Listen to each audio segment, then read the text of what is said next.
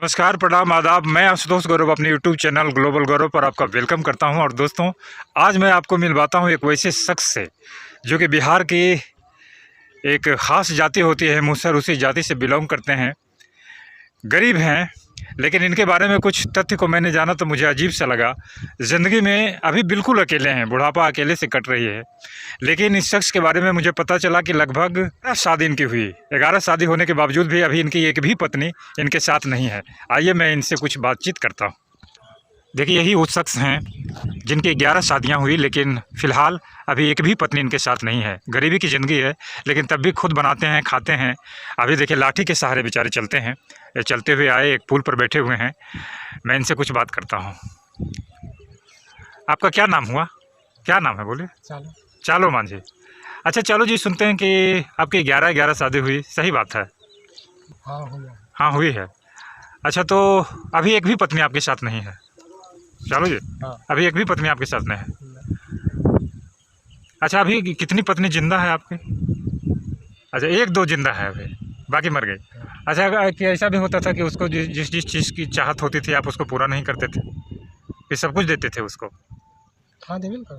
सब कुछ देते थे। ओ, हाँ, सर ऊपर उठाइए, सर ऊपर उठाइए। हाँ, अच्छा, तो अभी जैसे कुछ बच्चा भी हुआ होगा किसी पत्नी के साथ, भाग के दूसरे के साथ शादी कर ली, तब कुछ बच्चा भी जो है आपका जिंदा हाँ है? कई एक बेटा है अभी जिंदा। अच्छा, तो वो बेटा कभी आता है आपके पास? आता है, चल जाता है। आता है, चल जाता है। सुने हैं कि एक बेटा आपके पास आया था, तो आपका जो भी कुछ था आपके कमरे में वो भी पैसा लेकर के चला गया। सही बात है? सही बात है। यानी जो भी है पैसा लेने के लिए आता है, संपत्ति लेने के लिए आता है, लेकिन आपकी सेवा करने के लिए कोई नहीं आता है। यही बात है ना? हाँ। ओ, ओ। अच्छा, तो कोई जितनी पत्नी थी उसमें से किसी पत्नी की थोड़ी बहुत याद आती है? हाँ नहीं आता। किसी की याद नहीं आती? सचमुच में जब सारी की सारी पत्नियां छोड़कर चली गई, हाँ। तो उसके बाद उसकी बेवफाई को याद क्या करना, है ना? ओ। अच्छा, कुछ लोग सुनते हैं कि मुशायरे में ऐसे भी हैं कि आपसे फिर 12वां शादी कराने के लिए आपसे कुछ पैसा की मांग कर लिए, कुछ चावल ले लिए और ठग करके चले गए। सही बात है? हाँ, कितना पैसा या चावल ले लिया? सुनते कोई गया मांझी था या कोई था, ले लिया था, कितना ले लिया? आध मन। आध मन 6 पैसे, मतलब आज से लगभग 20-25 साल पहले, हाँ। है ना? तो देखिए, यही वो शख्स हैं जिनकी 11 शादियाँ हो गई और फिर 12वीं शादी कराने के लिए कुछ इन्हीं के जाति के मांझी इनसे पैसे भी लिए, चावल भी लिए, इसके बावजूद भी सिर्फ शादी का झांसा दिए हैं, लेकिन इनका शादी नहीं करवाया। लेकिन ये भी सोचने वाली बात है कि 11 शादी करने के बावजूद भी आज निपट अकेले में अपनी ज़िंदगी गुजारते हैं। सिर्फ इनके एक सहारे की लकड़ी देखिए, यही लाठी है। अभी ठीक से सीधा से चल भी नहीं पाते हैं, गरीबी का आलम है, इसके बावजूद भी ज़िंदगी को किसी तरह से ढो रहे हैं। चलो। हाँ। अच्छा, लगभग कितना दिन पत्नी रहती थी? एक पत्नी कितना दिन रहती थी तुम्हारे पास? साल 6 महीना। साल 6 महीना। मतलब देखिए, ये बोल रहे हैं कि 6 महीना से लेकर अधिकतम कोई भी पत्नी इनके पास रही है तो 6 महीना से लेकर 1 साल तक, है ना? अच्छा चलो, ये बताइए कि आप बूढ़ा हो गए हैं, कमा नहीं पाते हैं, इसके बावजूद भी कैसे आपकी ज़िंदगी चल रही है? पैसा कहाँ से आता है? मैंने खाना खाते हैं ना, तो वो चीज़ कहाँ से आता है? चावल या आटा, ये सब चीज़ कैसे लाते हैं? चावल देखो कोट में। अच्छा, तो ये बोल रहे हैं कि चावल राशन, मतलब जो प्रधानमंत्री योजना से मिलता है, कोटे से मिलता है। अच्छा, और थोड़ा बहुत जो नमक, सब्जी, तेल, इस सब का होता है, इस सब का पैसा? अच्छा, वो वृद्धा पेंशन। देखिए, सरकार की योजना कितनी अच्छी योजना है। मैं सही में अपने बताना चाहता हूँ कि देखिए, वृद्ध व्यक्ति हैं बेचारे, 11 शादियाँ हो चुकी, लेकिन एक भी पत्नी इनके साथ नहीं है। मैंने इनसे पूछा कि आपकी ज़िंदगी कैसे कटती है, बूढ़े हो चुके हैं, कमा भी नहीं पाते हैं। तो इन्होंने कहा कि चावल और गेहूँ ये तो कोटे से मिल जाता है। फिर मैंने इनसे पूछा कि तेल मसाला कहाँ से मिलता है? तो इन्होंने कहा कि जो वृद्धा पेंशन 400 रुपये महीना मिलता है, उसी से जुगाड़ कर लेते हैं। समुच में सामाजिक सुरक्षा की जो योजना है, इससे इसका जीता जागता प्रतिमान है कि इस तरह के व्यक्ति के लिए बहुत ही उपयोगी है, लाभकारी है। तो बोलबम का गंजी पहने हुए हैं, देवघर गए थे कि कोई मालिक दिया है आपको? सुखदेव। अच्छा, सुखदेव जी आपको दिया। अच्छा, देखिए, यही वो मुसहर हैं। बहुत कम देखता हूँ कि मुसहर जाति में सत्यनारायण स्वामी की कथा कोई करवाता है, लेकिन ये शख्स अकेले ज़िंदगी गुजार रहा है। लेकिन जो कुछ भी थोड़ा बहुत पैसा ये बचाते हैं, तो मैंने सुना कि पिछले पूर्णिमा को, यानी सावन की पूर्णिमा में, इन्होंने सत्यनारायण भगवान की कथा भी करवाए थे ना? लगभग कितना खर्च हुआ कथा करवाने में? 2000 रुपये लगे। 2000। अच्छा, तो कथा में कुछ भगवान से मांगे भी कि कथा करवा रहे हैं भगवान, कुछ हमको दे दीजिए, कुछ मांगे? कुछ क्या मांगा था? समाग बल। समांग और बल। बेचारी को और क्या चाहिए। ये कह रहे हैं समांग मतलब इनकी तन की काया स्वस्थ रहे, इनके पास बल रहे, और मैं ठीक देखता हूँ क्योंकि ये लाठी से चलते हैं। और इनके और अधिक चाहत क्या होगी कि मैं कोई टाटा अंबानी बिरला बन जाऊँ, ऐसी इनकी चाहत नहीं है। सिर्फ भगवान से इन्होंने स्वस्थ शरीर की कामना की है। क्या बात है। और सही में पूजा का यही मकसद होना चाहिए।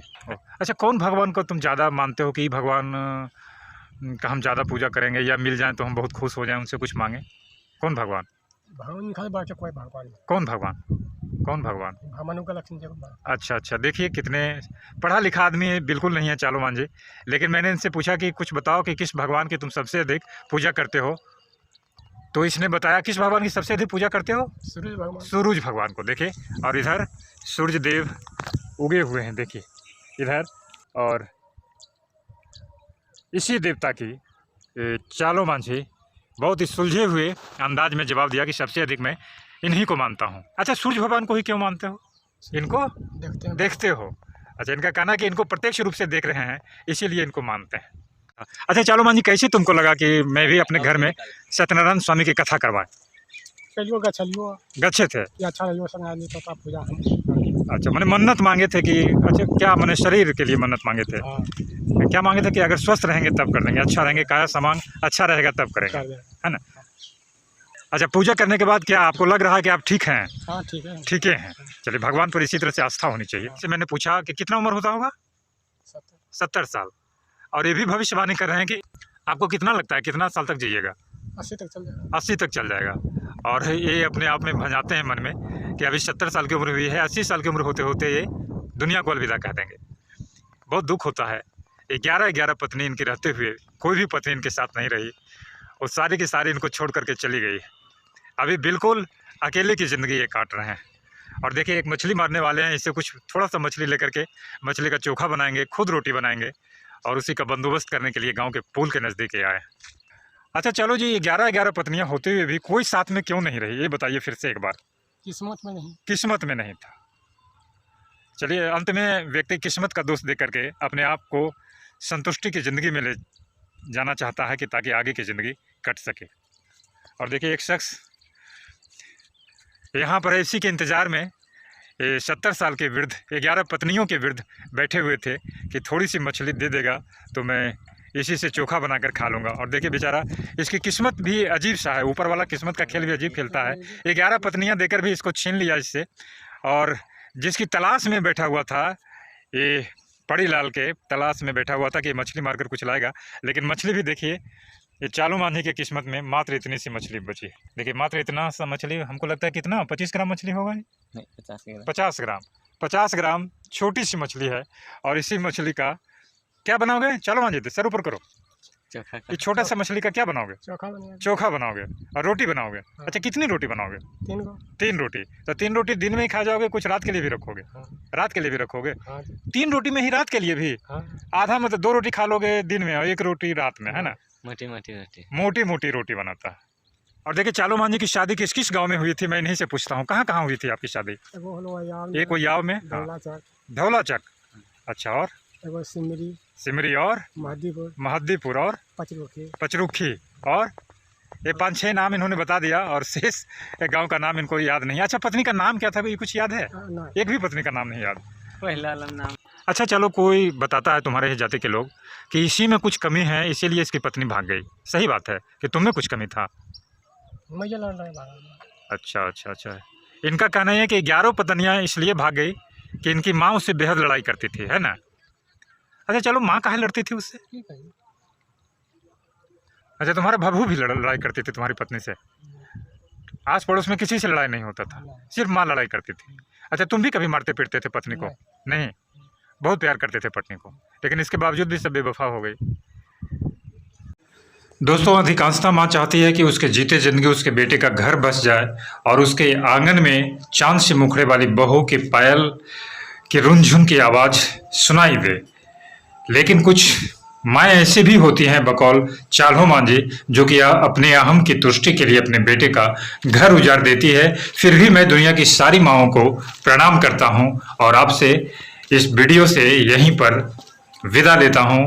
मेरे चैनल को सब्सक्राइब कीजिएगा, लाइक कीजिएगा, शेयर कीजिएगा। आप मस्त रहिए, व्यस्त रहिए। नमस्कार, जय हिंद।